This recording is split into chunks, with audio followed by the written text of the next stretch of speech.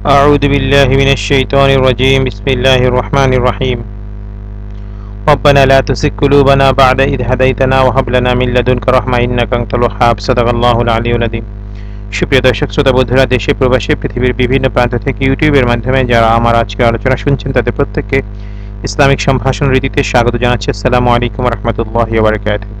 বন্ধুরা, প্রতিনিয়ত স্বাস্থ্য বিষয়ক বিভিন্ন তথ্যপাত্র নিয়ে আমি আপনাদের জন্য আলোচনা উপস্থাপন করি, তারই ধারাবাহিকতা আজকে আপনাদের সাথে শেয়ার করব।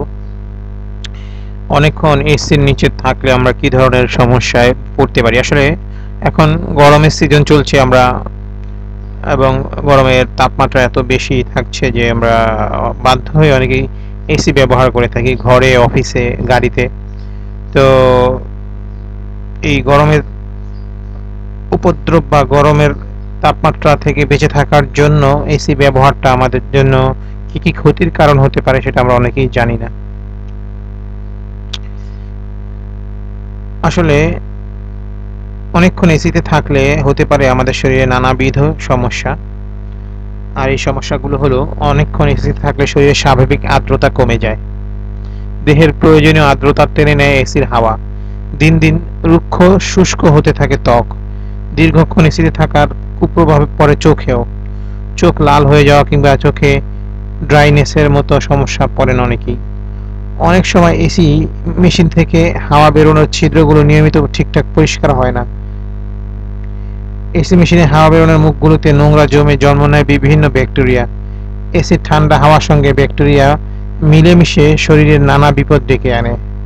টানা এসিতে থাকলে অনেকেই শ্বাসকষ্টের মতো সমস্যা হতে দেখা যায়।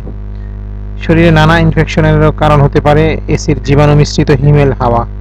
এসির আরেক এফেক্ট হলো, এর মধ্যে টানা কাজ করতে করতে অনেকেই মাত্রাতিরিক্ত ক্লান্তি অনুভব করতে পারেন।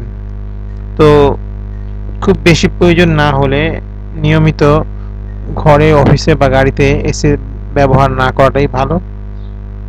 যতটুকু তাপমাত্রা আপনার সহনশীল সেই পর্যায়ে এসিটা দিয়ে এরপর এসি অফ করে দিয়ে নরমাল ফ্যানের বাতাস দিয়ে আপনি আপনার ঘরের তাপমাত্রা নিয়ন্ত্রণ করতে পারেন, আপনি ভালো থাকতে পারেন। নিয়মিত এসির নিচে থাকলে নানাবিধ সমস্যা, শারীরিক সমস্যা দেখা দিতে পারে। তো আজকে আলোচনাটি আসলে কিছুটা সচেতন করার জন্যই।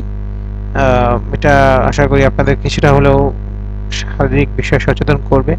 যদি ভালো লাগে শেয়ার করে দিবেন, আমাদেরকে আপনাদের মতামত জানাবেন, চ্যানেলটি সাবস্ক্রাইব করবেন এই ধরনের আরো আলোচনা শোনার জন্য এবং আমাদেরকে লাইক দিয়ে উৎসাহিত করবেন। আল্লাহ হাফেজ। আসসালামু আলাইকুম ওয়া রাহমাতুল্লাহ।